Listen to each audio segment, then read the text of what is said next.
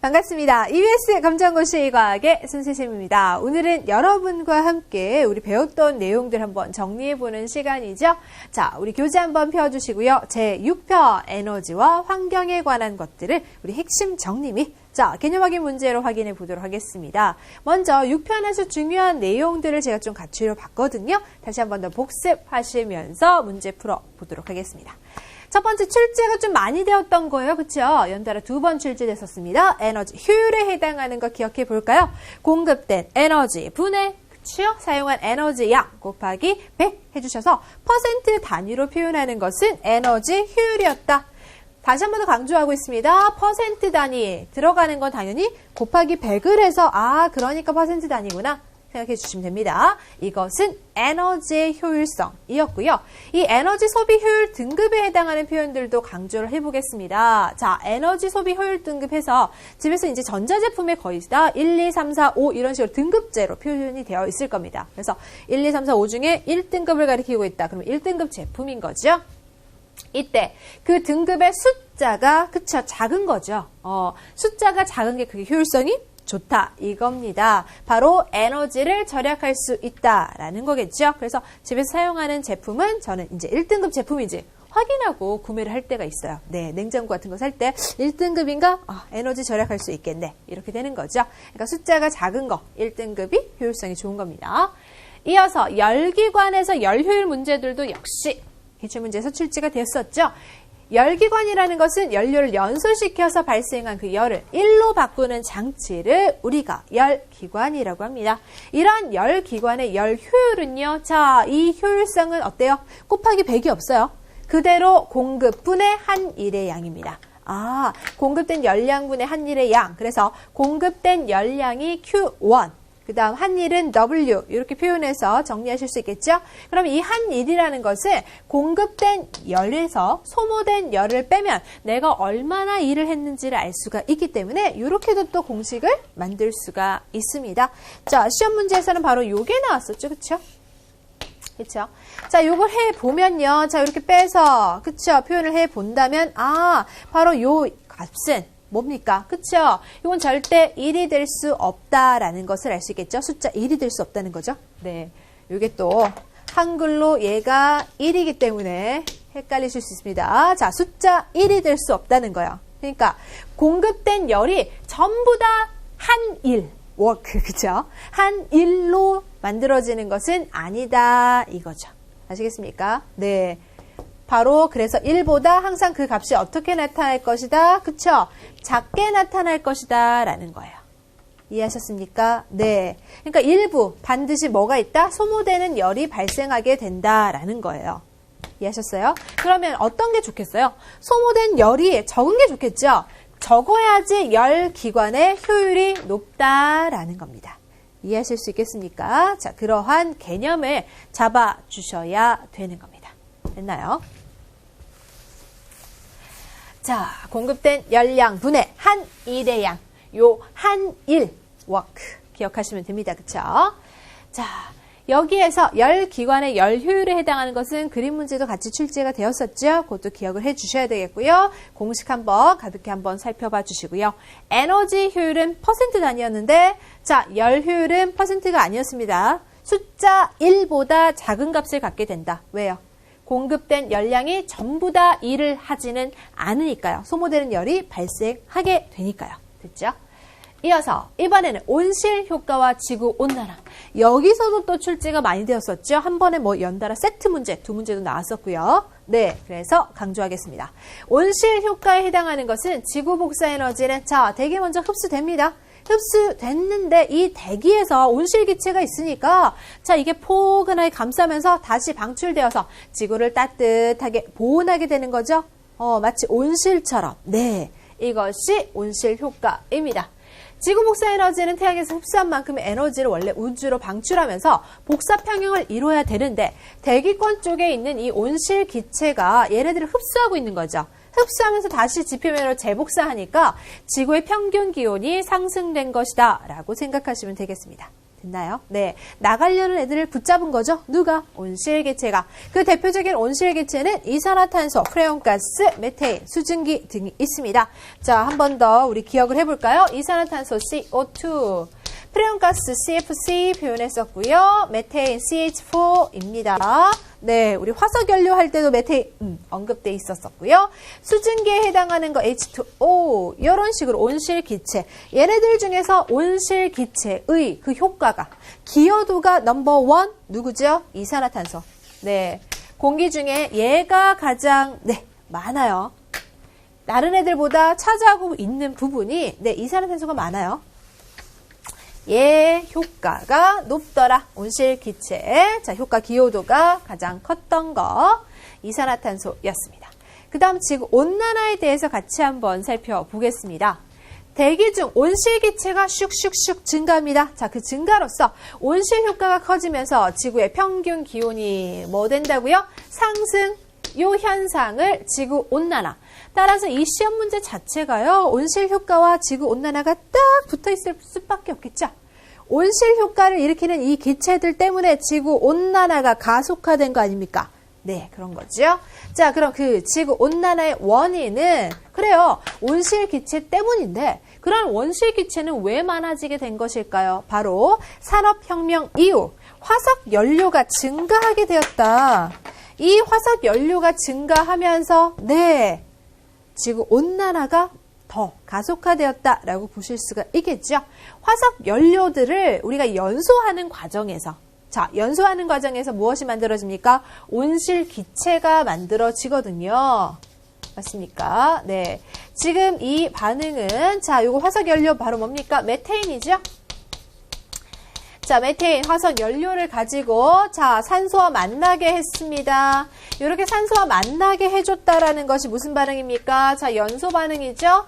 아, 화석 연료를 지금 연소시키고 있구나.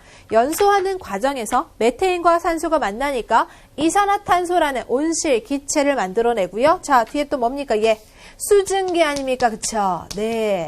얘도 역시 온실 기체에 들어갔었죠? 네. 그리고 빛과 열 에너지를 발생하게 되니까 아하, 점차 지구는 따뜻해지게 되는 거죠.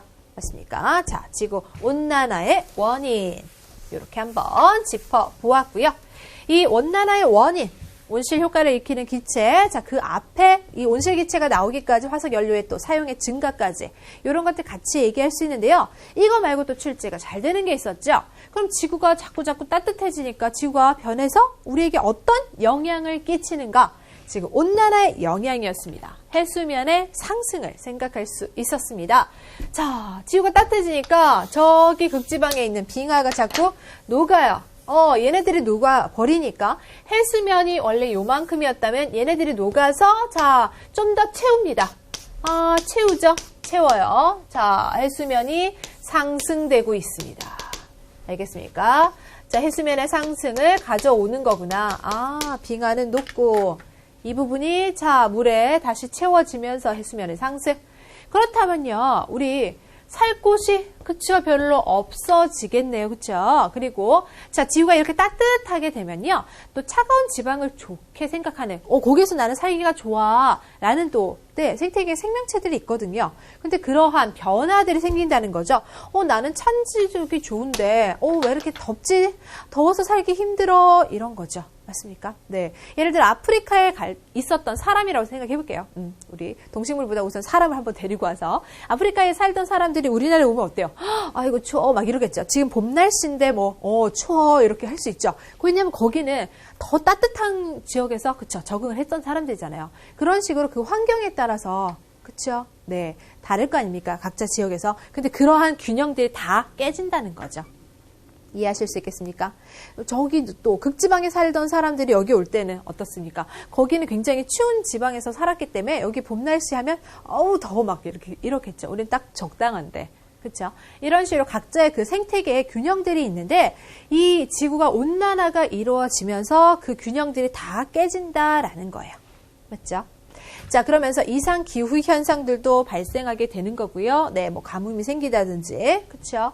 갑자기 홍수가 확 생긴다든지. 자, 사막화 지역도 많아지기입니다. 이렇게 사막화 지역이 확대되다 보면 어때요? 땅이 황폐화 되겠죠. 그럼 우리가 농사를 지으려고 할 때 어떻습니까? 황폐화된 땅에서는 농사가 잘 지어지지 않을 거 아니에요. 그러한 또 문제점이 생겨나겠죠. 맞습니까? 그럼 나중에 또 식량도 또 부족할 거고 이런 식으로 환경이 망가지게 되면 다시 인간에게 돌아오게 되는 거죠. 맞나요? 그래서 우리가 지구온난화의 그러한 영향들을 예측해 보면서 우리가 미리 좀 조심하고 온실기체를 좀 줄일 수 있게끔 온실기체를 감소하고자 그렇게 캠페인도 많이 하죠. 맞습니까? 그럼 이번에는 광합성에 관해서 또 살펴보겠습니다. 광합성 문제는요, 교육과정 개정되기 이전부터도 계속 출제가 많이 되었던 거거든요. 우리가 개정된 거는 2014년부터 개정된 것이 이제 출제되고 있는데요. 그 이전에도 광합성은 시험범위에 또 들어가면서 출제가 많이 되는 주요 부분이었습니다. 자, 강조 드리고요. 이 과정 한번 보셔야 되겠죠? 자, 먼저 광합성 할 때 필요한 게 물과 이산화탄소인데요. 물에 해당하는 것은 물관을 통해서 들어오고 있습니다. 이산화탄소는 잎의 기공을 통해서 기공이 뭡니까? 기체가 드나드는 공간. 기억나시죠? 자, 잎의 기공을 통해서 이 구멍으로 이산화탄소가 들어오고 있습니다. 그 다음 태양 비대에너지 받고 있습니다. 누가요? 엽록체가요. 그러면서 스스로 양분을 만듭니다. 광합성 하면서 포도당 만들고 있죠. 자, 여기서 육각형 모양의 알갱이가 바로 포도당인데요. 이 포도당이 모여서 녹말을 합성해내고 있습니다. 낮 동안에는 임시로 녹말로 저장된다는 사실 기억하시고요. 자, 산소 또 만들어주죠. 생성된 산소는 잎의 기공을 통해서 내보낼 수 있다라는 점까지 기억하시면 됩니다. 요게 바로 광합성 과정인데요. 자, 여기 보시면 다시 한 번 더, 화학식으로 정리해봤습니다. 이산화탄소, 물 필요했죠. 비대에너지 필요합니다. 포도당, 산소 생성하게 됩니다. 이 과정에서 우리가 또 산화환원 반응에 대해서 생각해 볼 건데요. 앞에서 산화환원 반응, 광합성에서도 언급되고 화석연료의 연소 반응에서도 언급되고 합니다. 다시 한 번 더 기억하는 의미로다가 정리해 보겠습니다. 산화 반응 같은 경우는 산소는 얻는 경향성이 있었습니다. 대신 전자 잃었죠. 네. 전자 이름, 수소 이름입니다. 잃어버렸어요. 기억하실 수 있겠습니까? 자, 그러니까 산소를 얻었어요. 산소 얻었고, 나머지는 잃어버렸다. 산화 반응. 강조하겠습니다. 빨간색. 산소는 얻었어요. 나머지는 잃었어요. 기억하시고요. 자, 이번에는 환원 반응 한번 생각해 볼까요? 환원 반응에 해당하는 것은 산소는 잃어버렸어요. 이거 기억하실 때요. 산화 반응과 환원 반응은 동시에 일어나거든요. 그러니까 한쪽에서는 잃어버리잖아요. 그러면 그 잃어버린 걸 다른 쪽에서는 슉 주워먹고 있어요. 지금 산소 얻고 있어요. 그러니까 내가 떨어뜨린 동전 다른 애가 슉 들고 가는 그런 느낌. 이해하실 수 있겠습니까? 동시에 일어난다. 환원 반응은 산소 이름. 그럼 나머지 전자는 어떻게 될까요? 얻음. 전자 얻고요. 수소도 얻음. 이렇게 표현하시면 되겠죠. 자, 요거는 파란색으로 네모박스 해볼까요? 얘는 산소를 잃어버렸어요. 산화 반응은 산소와 결합했죠. 산소 얻었고 동시에 일어나니까 서로 반대였죠. 환원은 산소 잃었고. 됐나요? 정리하시겠습니까? 자, 그럼 아래 과정에서도 우리 네모박스 하면서 한번 살펴보도록 하겠습니다. 저기 이산화탄소가 있네요. 자, 이산화탄소 네모박스 해주시고요. 자, 이 이산화탄소가 포도당으로 이렇게 변할 때, 뭐가 보이십니까? 여긴 없던 수소가 뿅! 수소 얻음이죠. 수소 얻음에 해당하는 것은 바로 뭐라고 했습니까? 환원. 그래서 여기에다가 환원. 자, 여기 글자 써도 보일까요? 환원. 네. 체크해 주시고요. 자, 그 다음 이쪽 가겠습니다. 여기 물 보이시죠? 물. 이쪽은 산소입니다. 네. 이렇게 물에서 산소 쪽으로 슉 갔을 때 여기 수소 있던 애가 안 보여요. 수소 이름 뭐라고요? 산화 반응입니다. 이렇게 화학 반응에서 산화 반응과 환원 반응은 동시에 일어난다는 사실 기억해 주시기 바랍니다. 자, 광합성 과정에서도 다시 한 번 더 정리하실 수 있었죠. 이어서 두 번째 살펴보겠습니다. 광합성에서 영향을 주는 요인 역시 출제가 되었었죠. 그렇죠? 자, 엥겔만 실험과 관련된 내용도 출제가 되었었고요. 광합성에 영향을 주는 요인 해서 빛의 세기, 온도, 그렇죠? 이런 것도 있었습니다. 자, 먼저 빛의 세기부터 살펴볼 건데요. 빛이 강할수록 광합성이 활발합니다. 그러다가 활발하다가 일정해지더라. 그때 가장 광합성량이 최대일 때 그 순간의 빛의 세기를 광포화점이라고 합니다. 가장, 그쵸? 광합성량이 높아지는 그 순간의 빛의 세기를 광포화점이라고 읽어주시면 됩니다. 증가하다가 일정해지는 그래프 모습 기억하시고요. 그러니까 빛이 너무 세도 좋지 않구나. 그쵸? 네. 적당한 요 빛의 세기일 때, 딱! 그쵸? 맞아 떨어진다. 최대 광합성량 나오고, 그 이후에는 뭐 빛의 세기가 많아봤자 별 소용이 없구나. 됐나요? 네. 자, 그 다음 빛의 파장입니다. 엥겔만 실험인데요. 호기성 세균이라는 표현 자체를 이해를 하셔야 합니다. 호기성, 좋아한다는 거예요. 그쵸? 좋아한다. 산소를 좋아해요. 나는 산소를 좋아한다. 그래서 산소 좋아해. 자, 산소를 좋아하니까 산소 쪽에 그렇죠. 모여든다는 겁니다. 산소를 좋아하는 성질을 가진 세균이니까 산소 쪽에 모여드는데 그럼 산소가 많이 나오는 게 뭔가요? 우리 금방 광합성 공부하면서 생성되는 기체가 바로 뭐였습니까? 산소. 식물들을 그래서 우리 많이 심으면요. 산소가 많이 나오는 거예요.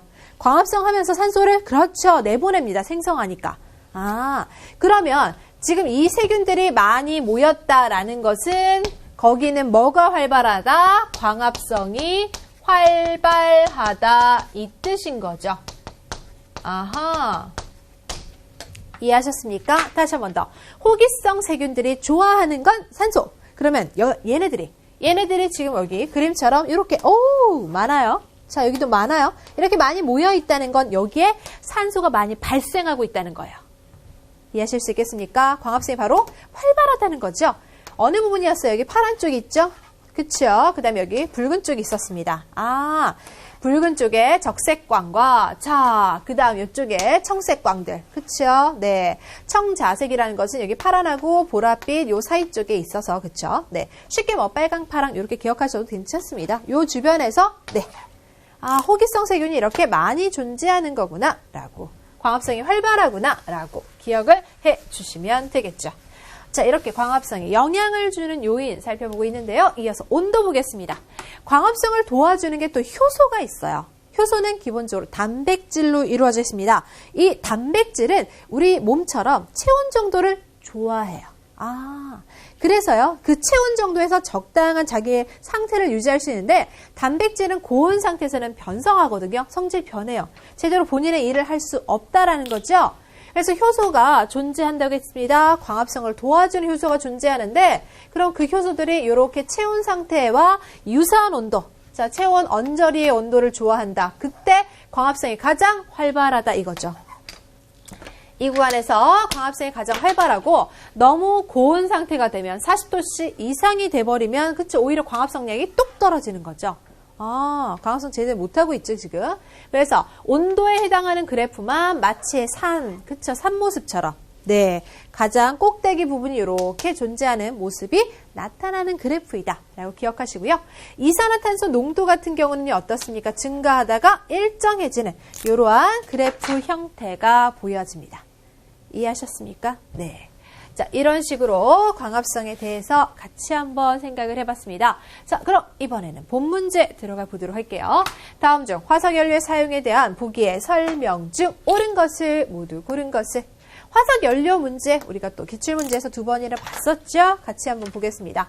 석유, 석탄, 천연가스 등 있었어요. 그쵸? 화석연료 있었고요. 화석연료는 사용할 때 환경 오염 물질을 방출하잖아요. 그쵸? 방출하지 않느냐 아니라 청정 아닙니다. 그쵸? 네. 그리고 석탄에 해당하는 것은요. 자, 요거 외연기관입니다. 네. 요거는 외연기관이고요. 자, 그러면 내연기관은 누구다? 석유. 석유가 내연기관의 연료로, 그렇죠. 사용하는 겁니다. 됐나요? 네. 우리가 이제 연료 발달이 석탄이 먼저였고, 그 다음에 나중에 석유였잖아요. 그쵸? 그거 생각하시면서 외연 먼저, 내연 나중. 그쵸? 이렇게 한번 생각하셔도 될 것 같아요. 자, 참고하시면 되겠죠? 그렇다면, 옳은 것만 찾으니까 정답이? 네. 1번이 되네요. 기억만 맞았어요. 네. 틀린 것은 한 번 더 정리를 해 주시면 되겠습니다. 이런 식으로 화석 연료 문제 한번 풀어봤고요. 두 번째 문제입니다. 열기관 문제는 역시 기출문제에서도 그림이 나왔기 때문에 이렇게 한번 개념하기 문제에서도 그림을 보여드리면서 하려고요. 자, 열기관은 그림과 같이 고온부에서 열기관으로 Q1의 열량이 공급되고 저온부로 Q2의 열량이 빠져나간다 하고 있습니다. 이 열기관에 대한 설명으로 옳은 것을 보기에서 모두 고르면 하고 있는데요. 주어져 있는 그림 상태에서 보면요. Q1이 바로 뭡니까? 공급하고 있는, 그쵸? 공급된 열. Q1 공급된 열. Q2 해당하는 것은 소모된 열. 난 요거 열 잃어버렸어 이거고요. 난 요거는 한 일이죠. 자, 그러면 요 Q2는 어떻게 만들어집니까? 전체 Q2는요. 전체 Q1 공급된 열 중에서 내가 한 일을 빼요. 빼야지 Q2 소모된 열이 얼마인지를 알잖아요. 그쵸? 따라서 저 앞에 요거 맘에 안 들죠. 그쵸? 그리고 Q2 소모된 열이 0이 될 수가 있나요? 안 된다고 했죠.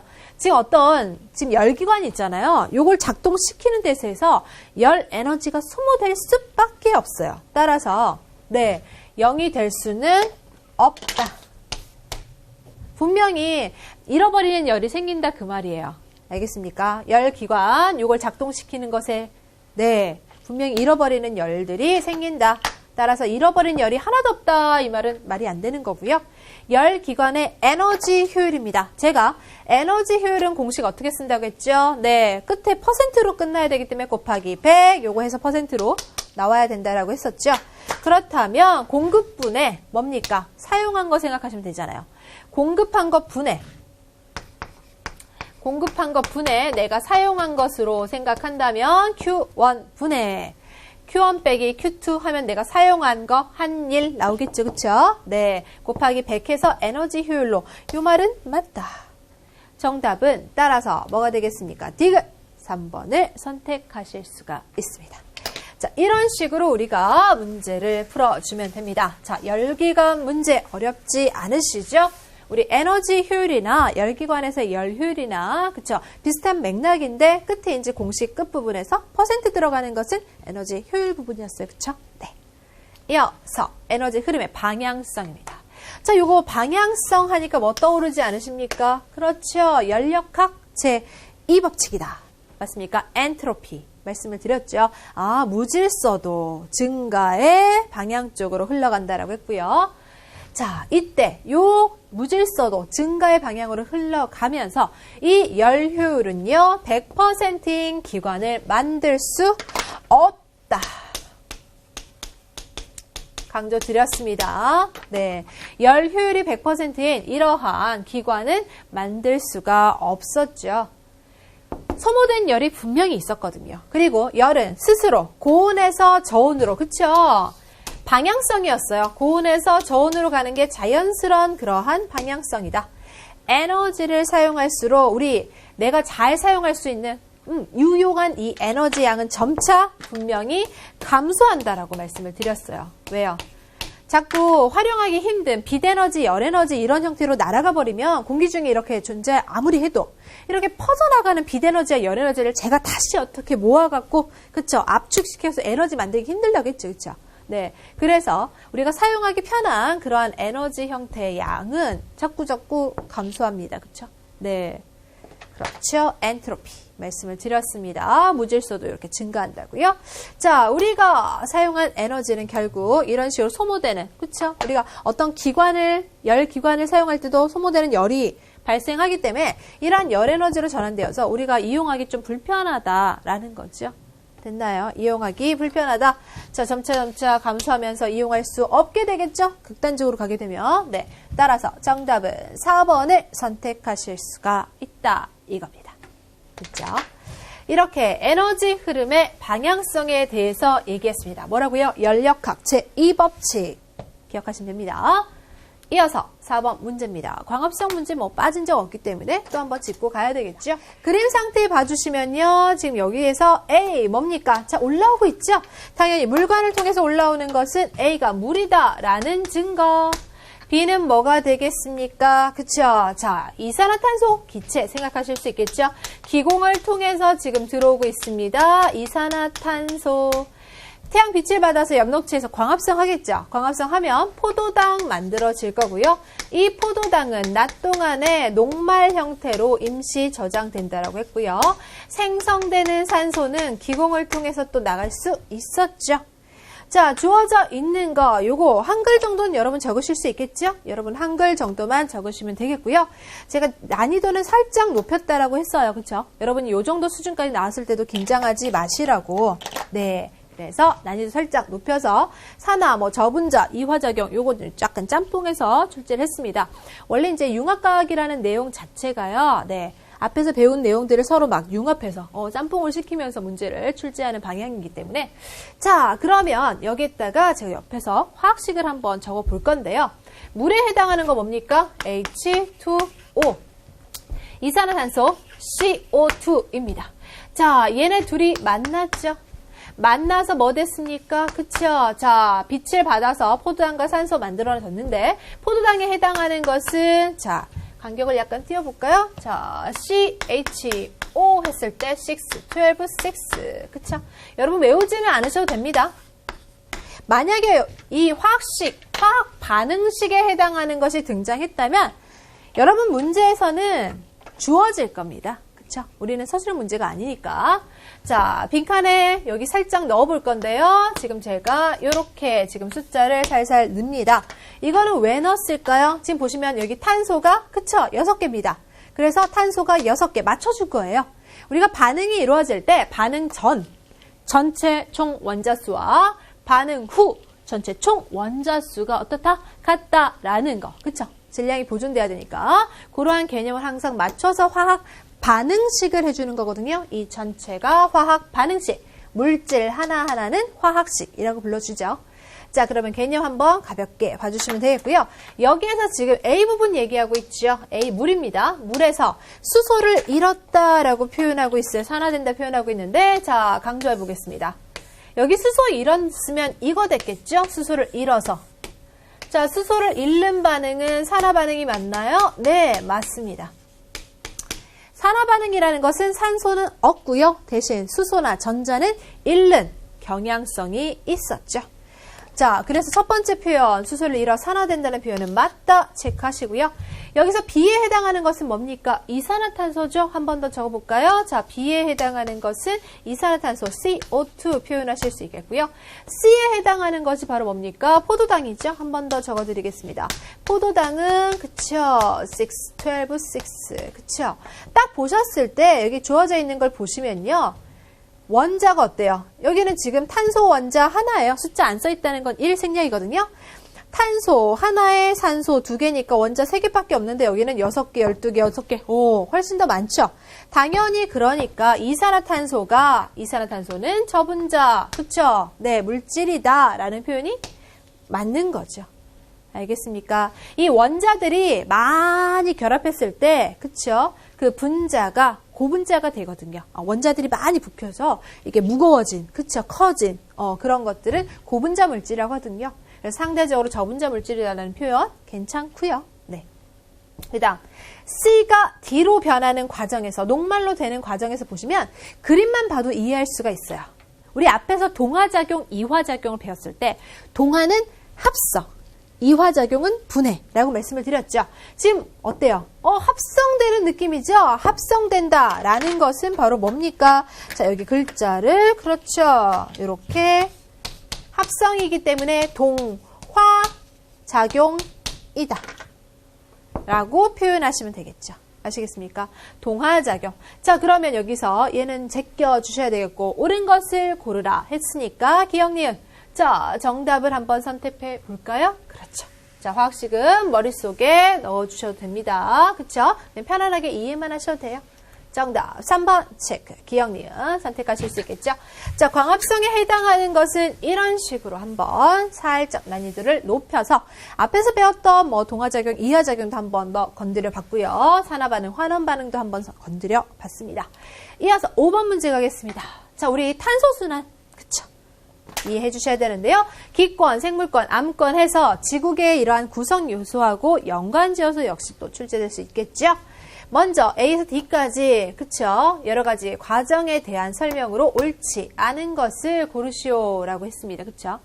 자, 주어져 있는 문제를 보시면 A에서 D까지라는 글자를 저는 여기 F까지 있잖아요. 네. A에서 F 과정에 대한 설명으로 옳지 않은 것을 고르시오. 이렇게 한번 바꿨으면 좋겠네요. 자, 그림은 기권과 생물권, 암권에서의 탄소 순환을 나타내는 것이다. 자, 먼저 광합성 작용은 A에서 살펴보시겠습니다. A. 광합성이 공기 중에 있는 기체. 자, 뭐가 필요했습니까? 이산화탄소 기체가 필요했죠. 이 이산화탄소 기체에 해당하는 것이 그쵸 생물권 쪽으로 왔습니다. 아, 광합성이라는 표현이 그쵸 맞다라고 생각하실 수 있겠어요. A에. 맞죠? 이산화탄소를 이렇게 흡수해서 광합성이 이루어졌잖아요. 생물 안에서 포도당 또 만들어냈으니까요. 그러면 호흡은 그 반대잖아요. 광합성과 호흡은 그 기체 교환도 반대죠. 따라서 B 이 말도 맞다. 이 말을 그럼 맞는 말 체크했고요.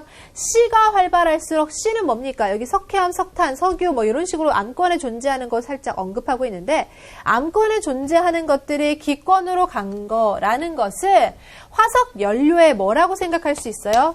지금 이 문장 그쵸? C에 해당하는 요것은 C가 화석 연료의 연소예요. 그쵸? 화석 연료의 연소. C가 의미하는 것이 화석연료의 연소 반응이다 라고 표현하실 수가 있습니다. 연소 반응 일어나면 지구온난화 심해진다는 말이 맞다 라고 체크하실 수 있겠죠. 자, 그 다음에 D를 보겠습니다. D 과정을 한번 보니까 생물권에 해당하는 것이 뭡니까? 석회암, 석탄, 석유. 자, 이런 식으로 암권 쪽으로 갔다라는 건 뭐죠? 생물에 존재하고 있었던 것이 오랜 세월에 걸쳐서 그쵸? 지금 암석 쪽으로 갔다라는 것은 오랜 시간에 걸쳐서 일어나는 거기 때문에 빠른 속도. 그쵸. 잘못됐다라고 알 수 있겠죠. 오랜 세월에 걸쳐서 예를 들어 뭐 화석이 만들어졌다, 매장이 되었다, 열과 압력을 받아서 이런 식으로 또 화석 연료를 만들었다. 이거 아닙니까? 이런 거 다 오랜 세월에 걸쳐서 일어나는 거니까. 오랜 세월에 걸쳐 일어나는 겁니다. 그쵸? 네. 자, 그 다음에 E 과정입니다. 알파벳 E. 자, 여기 보실까요? 네. 기권에서 수권 쪽으로. 자, 이 과정에서 탄산이 생성된다라고 했습니다. 기권에서 지금 수권 쪽으로 가면 탄산이죠. 여러분 보통 탄산 음료라고 얘기하는 것은 이 탄산 옆에다가 화학식 외우지는 않으셔도 됩니다. 저는 여러분 보여드리려고 참고로 해주는 것 뿐이에요. 그쵸? 탄산 H2CO3 이게 탄산인데요. 이게 어떻게 만들어진 거다? 물에다가요. 자, 이산화탄소 넣습니다. 아하. 그래서 H2CO5 하나 붙었죠? 3. 요거 된 거예요. 아, 그러니까 지금 기권에 있었던 이산화탄소가 물속으로 슉 들어갔다는 표현이 네, 맞아요. 이 과정 맞아요. 탄산 생성돼요. 그러면 F는 여기 볼까요? 자, F에 해당하는 것은 뭡니까? 자, 지금 요렇게 가시면 됩니다. 수권에서 쭉, 그쵸? 그래서 암권입니다. 아, 그러면 수권에 존재하고 있었던 것이 자, 암권으로 탄산, 이온이죠. 물속에서는 이 탄산의 형태가 이온 형태로 표현되고 있거든요. 그 탄산 이온이 화학 반응을 통해서 암권 쪽으로 침전된다는 표현도 그렇죠. 맞는 말이에요. 옳지 않은 것은 몇 번? 그렇습니다. 바로 3번 선택하실 수가 있죠. 이런 식으로 자 다시 한 번 더 우리 탄소의 순환에 대해서 얘기할 수가 있었습니다. 문제를 풀면서 다시 한 번 더 다지기 학습을 이렇게 해주시는 거예요. 그리고 한 문제도 보면 제가 조금 난이도를 올려놓은 이유가 있어요. 한 문제를 풀면서 이런 식으로 유형이 섞여서 그쵸? 이걸 조금 더 단순화하면 이 문제 세 문제로 늘릴 수 있어요. 네. 하나하나 물어보는 내용들이 많았잖아요. 그쵸? 네.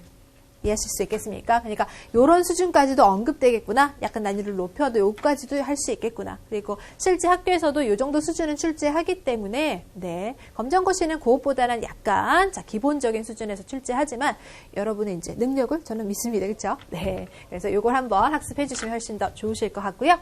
자, 그다음 6번 가겠습니다. 온실가스의 배출이 늘어남에 따라 지구의 평균 기온이 상승하는 현상을 온실 효과라 한다. 다음 중 화석 연료의 연소 때 많이 발생하는 물질로 온실 효과로 인한 지구 온난화에 가장 심각한 영향, 심각해요. 그 말은 온실 효과. 기여도가 넘버 원 누구죠? 이산화탄소 찾아라 그 말이에요. 아시겠습니까? 온실기체 기여도 넘버 원 이산화탄소. 정답 4번. 어때요?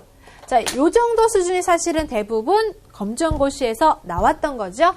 이렇게 특징 얘기해주고 보기 중에서 깔끔하게 하나 바로 선택할 수 있게끔. 네, 요것도 물론 기본으로 해주셔야 되겠고요. 난이도도 또 시험을 치다 보면 그 첫 번째 1회에서 2회 갈수록 또 난이도가 올라가기도 하기 때문에 여러분도 또 신경 써주는 문제도 있고 하시면 좋을 것 같아요. 자, 그 다음 7번 가겠습니다. 신에너지와 재생에너지. 우리 일반적인 특징입니다. 그러니까 얘네들 합쳐서 일반적인 특징을 고려했을 때 옳지 않은 것을 골라라 하고 있죠. 먼저 신에너지를 제가 말씀을 드렸을 때 신에너지 하면 뭘 기억하시면 된다. 수소, 네, 에너지 있었고요. 핵, 뭡니까? 이거 뒤에 단어 중요했어요. 핵, 융합이죠.